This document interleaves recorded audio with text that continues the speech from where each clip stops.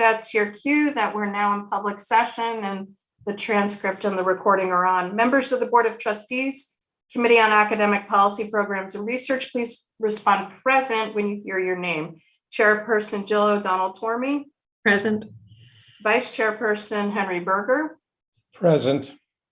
Trustee Erminia Palacio. There are 2 people in the waiting room, Ann. 3 people now. Trustee Brian Oberfeld. Present. Trustee Martin Burke. Present. Here, guys, we got to get the waiting room cleared out. Okay. Professor Lubia Elatriste. Present. And Vaughn Mayers is our new student rep, and I'm not sure if they have joined. No. Don't see him. Okay, and Erminia, did you join? Don't see her either. No, okay. No. But we do have a quorum. You have a quorum? Okay. So the public meeting of the Committee on Academic Policy Programs and Research is now called to order. Pursuant to the New York State Legislature's recent extension of the suspension of required in-person meetings under the Open Meetings Law, this meeting is being held remotely via video conference with the access to the public session available live on the CUNY Board of Trustee website.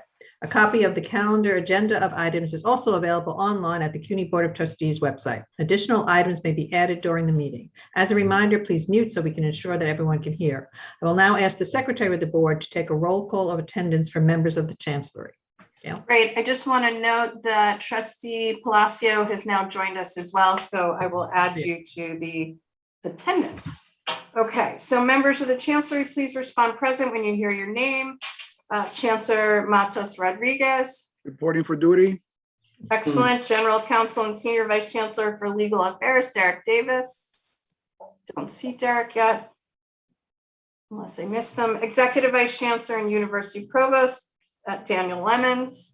Present. Excellent. President Vincent Boudreau is the COPS liaison. Present. Vince. Okay, and then we have a group from Lehman College. And the President Delgado, I think, was not going to be joining. Nope, Oh, you've made I'm it. here. There you are. Yep. Got mixed signals on that, but I had you on our Yep. list. Welcome. Thank you. We have Professor Deanie Hurley. So yes, I'm here. Excellent. And the Provost Peter Nwasu. Yes, I'm here. Great. And Vice President Renee Rotolo. Here. Terrific. And the Senior Director of Enrollment Manager, Richard Finger. I'm here. Terrific. So then you have another group from the School of Professional Studies. We have the interim dean, Jorge Silva Porras. Present. Terrific. Professor and Business Consortial Faculty, Emmanuel Egbe. I'm here. Excellent. Welcome. Edwin Knox, the Academic Director of Business Programs. I'm You're here. muted, but I saw your He's wave. here. Okay. George Ott. George Adi, I'm here. Otti, sorry, I No problem. stand corrected. Senior Associate Dean of Academic Affairs. And last, Jennifer Sparrow, Associate Dean of Academic Affairs. I'm here. Terrific.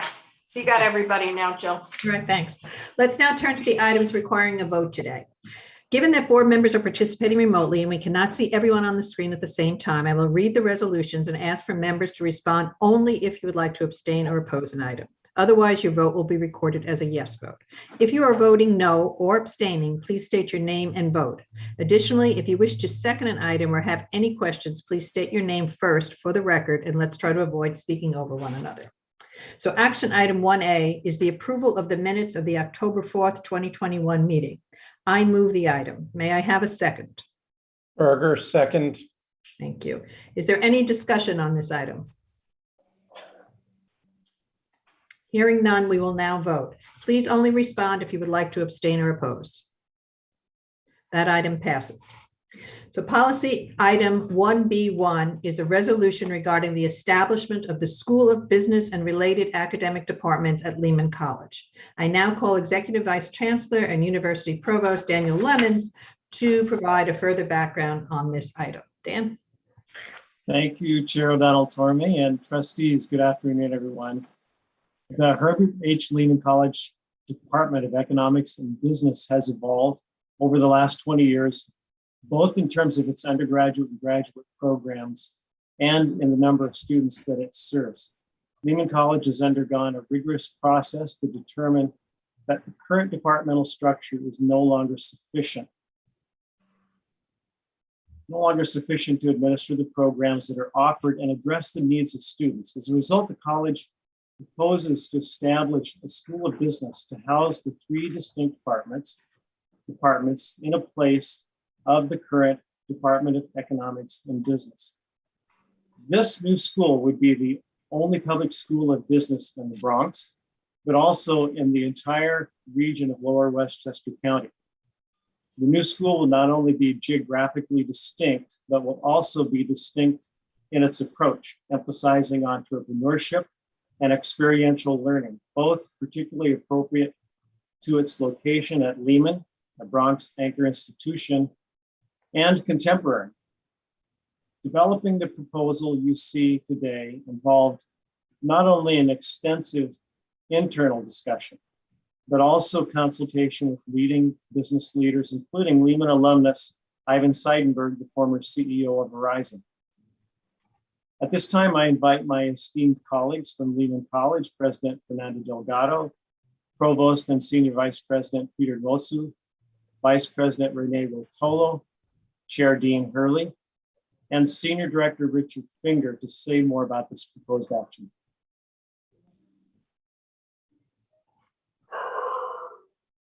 Thank you. I'll chime in first and ask my colleagues to fill in the inevitable gaps that a new president leaves behind.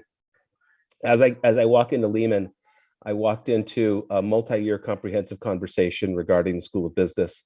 It's one of the few times as an academic administrator that I've seen not only the administration, but the faculty unified not only in the notion that we need to have a School of Business, but in what some of the configurations and opportunities in terms of education and outreach that such a unit could provide. Capitalizing on that rarity, the notion of a School of Business has been a cornerstone of a number of conversations we've had in terms of enrollment growth, in terms of community outreach, also in terms of professional development and philanthropy. As such, the School of Business not only satisfies a number of preconditions that I have, which is it will contribute to the mission and purpose of the college, but as Vice Chancellor Lemons pointed out, it also creates a space where a School of Business can grow in an organic and unfettered way and not challenged or hemmed in by its current organizational challenges in our largest academic unit, and one that continues to see explosive growth, not only in our professional programs, but in our STEM disciplines.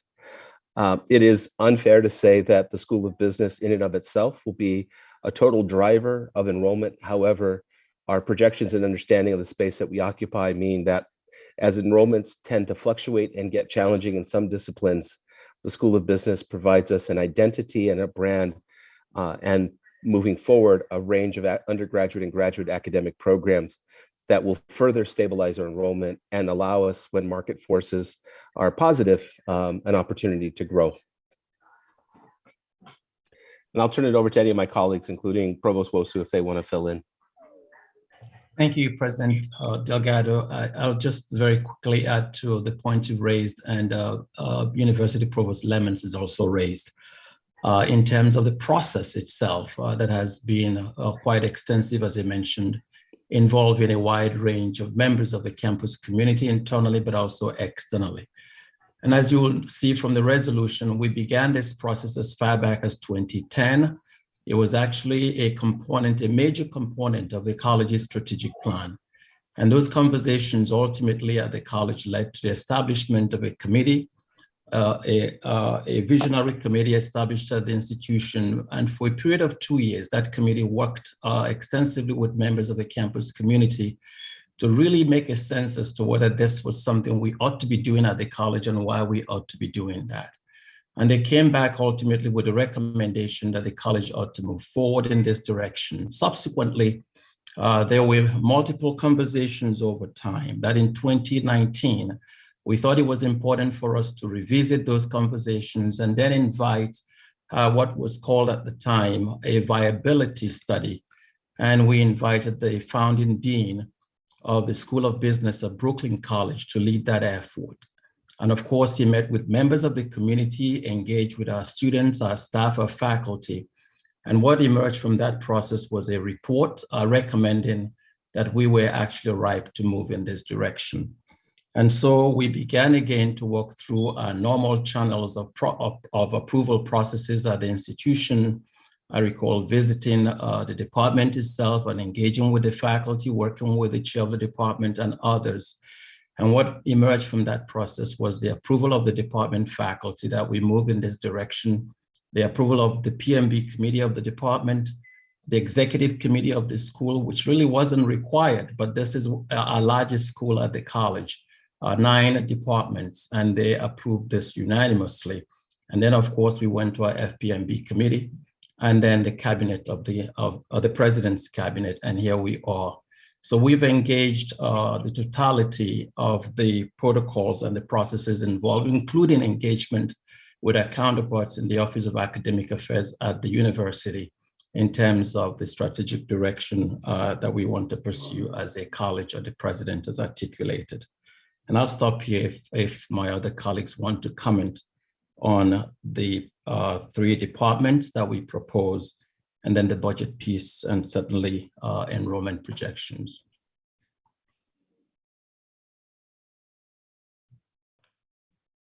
So I'll speak briefly about the budget portion of it, just so you understand how we developed it. The budget that you saw in the description was developed with the college's budget director, Britannia Ortega, and the department. It was developed over a number of years and has been in the planning for a number of years, as Provost Wosu had described. And we have completely accounted for the increased costs associated with the creation of the school in our financial plan. And now I'll turn it over to Chairperson Dean Hurley. Thank you, Renee. Yes, we currently have 3 programs within this one big department with about 1,500 students. And we have the programs are accounting, business, and economics.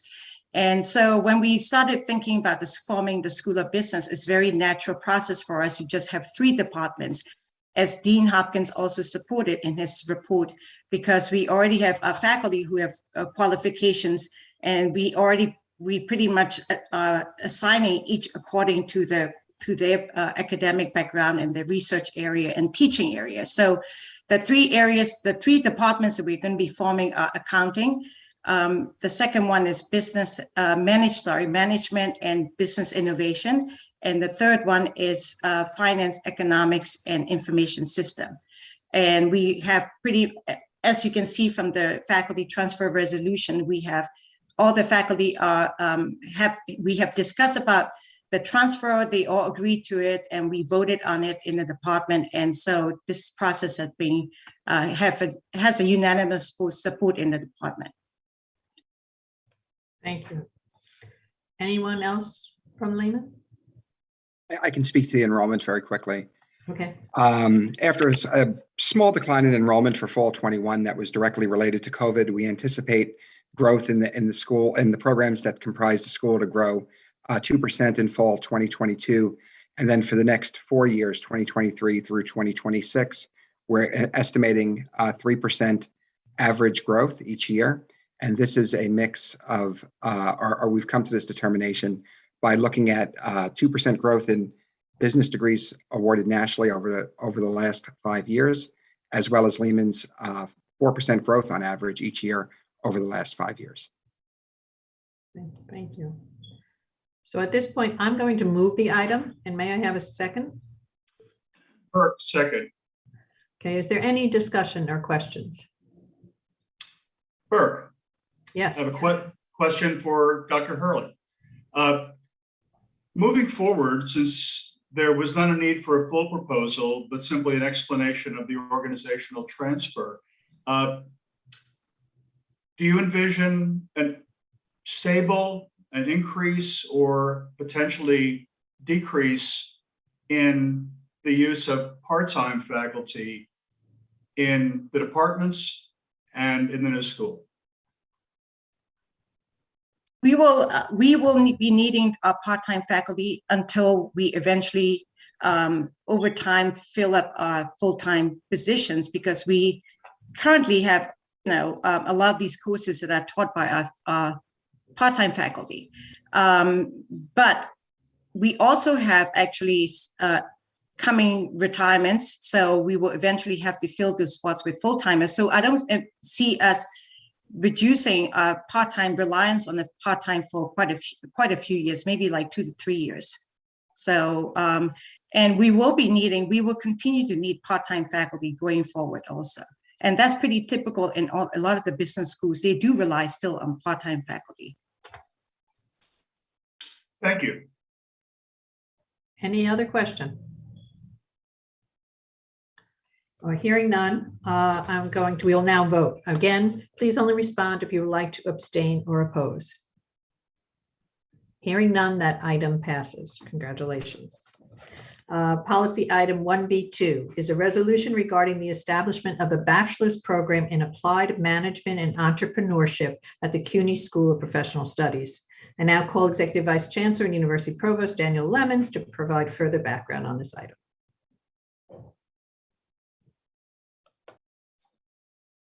Thank you, Chair. So this is in response to an increasing necessity for baccalaureate level education for many jobs that previously did not require that level of education.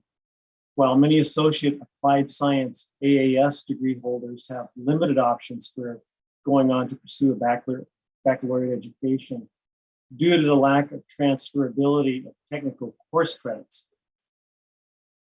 In keeping with the mission and the vision of the School of Professional Studies to respond to the needs of adult learners and evolving workplaces while leveraging the school's history of quality online program development, the proposed program will enhance the school's vision of introducing new opportunities that expand the possibility and promise of public education, positioning our students to grow personally, excel in the workplace, and enrich their communities. At this time, I'd like to invite my esteemed colleagues from the School of Professional Studies, Dean Jorge Silva-Curas, Senior Associate Dean George Oddie, Associate Dean Jennifer Sparrow, Academic Director Edwin Knox, and Professor and Business Consortial Faculty Member Emmanuel Egby to say more about this proposed action. Thank you very much, Executive Vice Chancellor, and good evening to all the esteemed colleagues. While this program has been in the making for quite some time, way before I joined SPS, let me tell you, it's one of the programs that I feel most excited about because it addresses our core mission, which is accessibility for adult learners. As the Executive Vice Chancellor adequately explained, this is a bachelor's degree that would allow students who completed AAS degrees that were considered terminal to progress towards a bachelor's degree and get full credit for their AAS.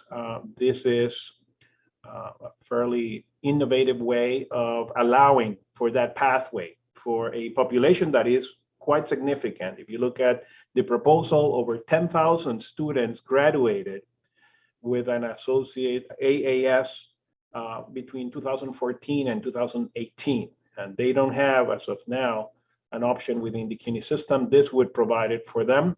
So with that introduction, I would ask my dear Senior Associate Dean George Oddie to provide a little bit more perspective on the program. Thank you. Thank you, Dean Burris. I am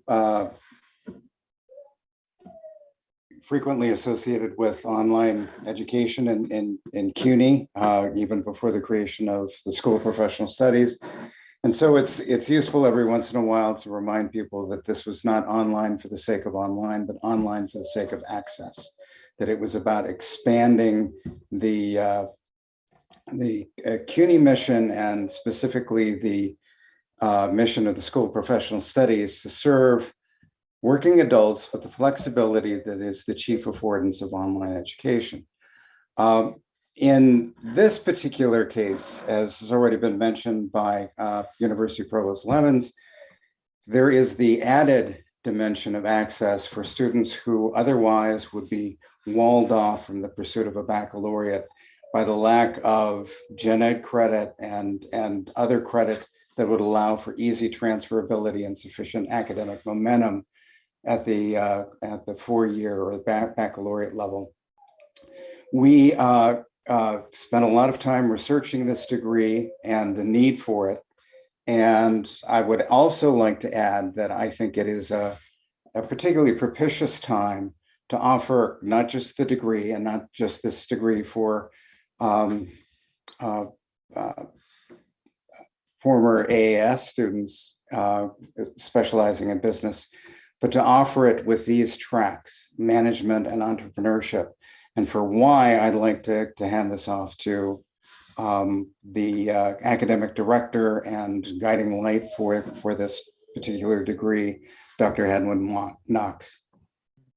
Thank you all for allowing me to have the opportunity to come and present on this degree. So it's a pleasure to be here.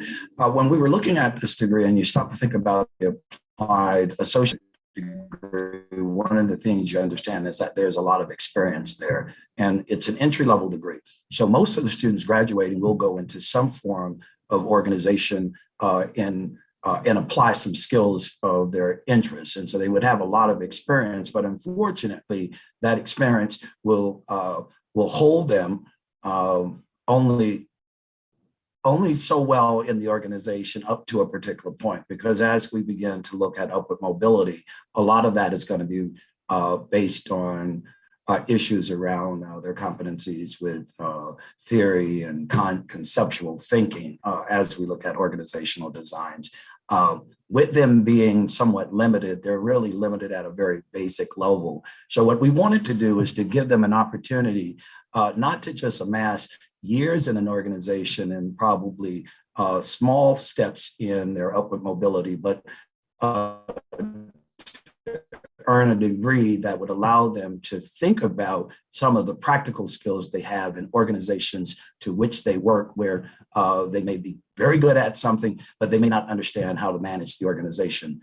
So looking at the management track, it would allow students who have applied associate's degrees to get more education. And as we know, the higher the degree, the higher the pay, but also the higher the responsibilities. When we look at the entrepreneurship track, it's just an added benefit for those who may not wish to go into an organization and go up the ladder, but to establish their own business. If they should not establish their own business, they would also come into the organization with some sort of entrepreneurial thinking, being able to think out of the box. Many organizations have indicated that that's what they're looking for, is innovative thinking as well. So when we look at the two tracks, one offers, well, they both offer opportunities for students to find upward mobility in organizations, because the basic degree is what we're looking at. The management track for those who may want to focus tightly on that, but the entrepreneurial track who would like for students who would like to take their skill sets and then go off and start their own business. There's a lot of indication, as we know, that entrepreneurial efforts have in fact increased. And it's really sort of reflective of our population. And that tends to be minorities, immigrants, and women. So I think it's a perfect fit for what we do at SPS, but I also think it's a perfect fit for what we do at CUNY as a whole, given our population. So that's the important part for myself. I will open it up to see if any of my other colleagues would like to again. Anyone else? If not, I'm going to move the item. So may I have a second? Berger, second. Thanks. Is there any discussion or questions? Henry. Yeah. Thank you for the presentation. It's an exciting program. I have one question about resources. In reading the materials, it says that by year 3, there are going to be 13 courses that will require 2 additional sections each.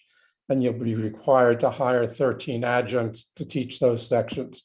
But in looking at the resource section, I think it's chart 5, there's only $9,000 a year across the board, years 1 through 5, for those additional part-time faculty. Did I misread it, or is there an amendment that needs to be made there?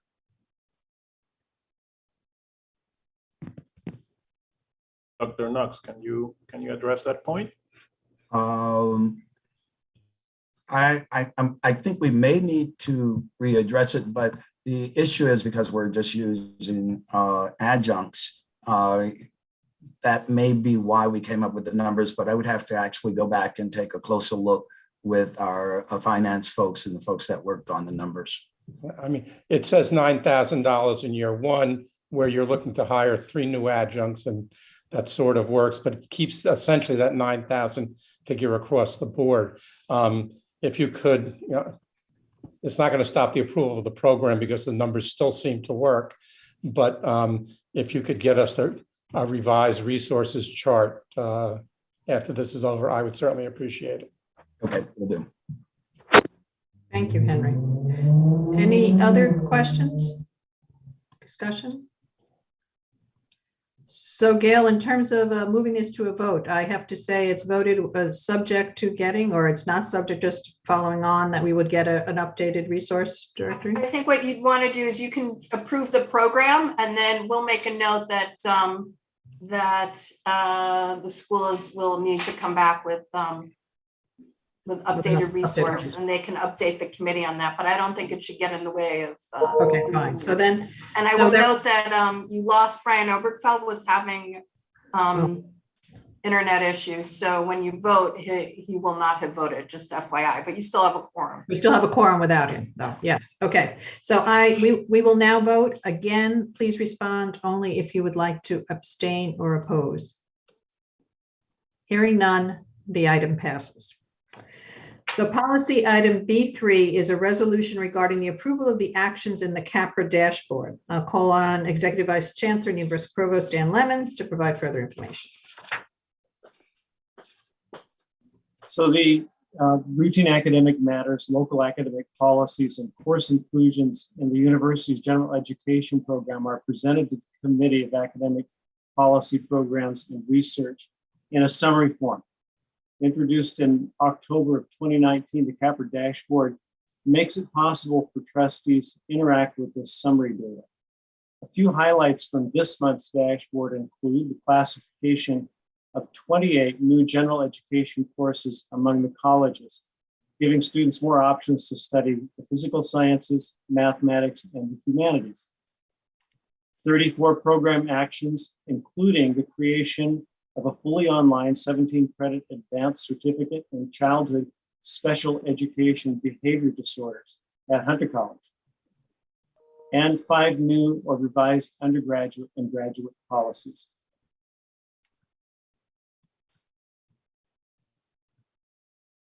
On mute. So I will move the item. Can I have a second? Kirk, second. Thanks. Is there any discussion on this item? Hearing none, we will now vote. Please again, only respond if you would like to abstain or oppose. Hearing none, that item passes. With no more items on the agenda, I move to adjourn the meeting. Do I have a second? Chair Tarmy, before you do, Yes, Martin. on behalf of the committee, I would like to welcome President Delgado to the CAPRA. So. Thank you. That's very kind. Mhm. It's good to see you again. I don't think I've seen you since you were getting interviewed, so welcome. So, and I'll just note on the for SPS, if you put together the information, we'll add it to the agenda as an information item at the next committee meeting in early January. Okay, great. All right. Thank Will do. you. Thank you. Okay, thank you. I will again, do I have a second? I don't know if I got the second. You Somebody did second. from Martin. Okay, good. Meeting adjourned. Have a happy Happy Thanksgiving. Thanksgiving. Thanks, everyone. Thanksgiving. Happy Thanksgiving.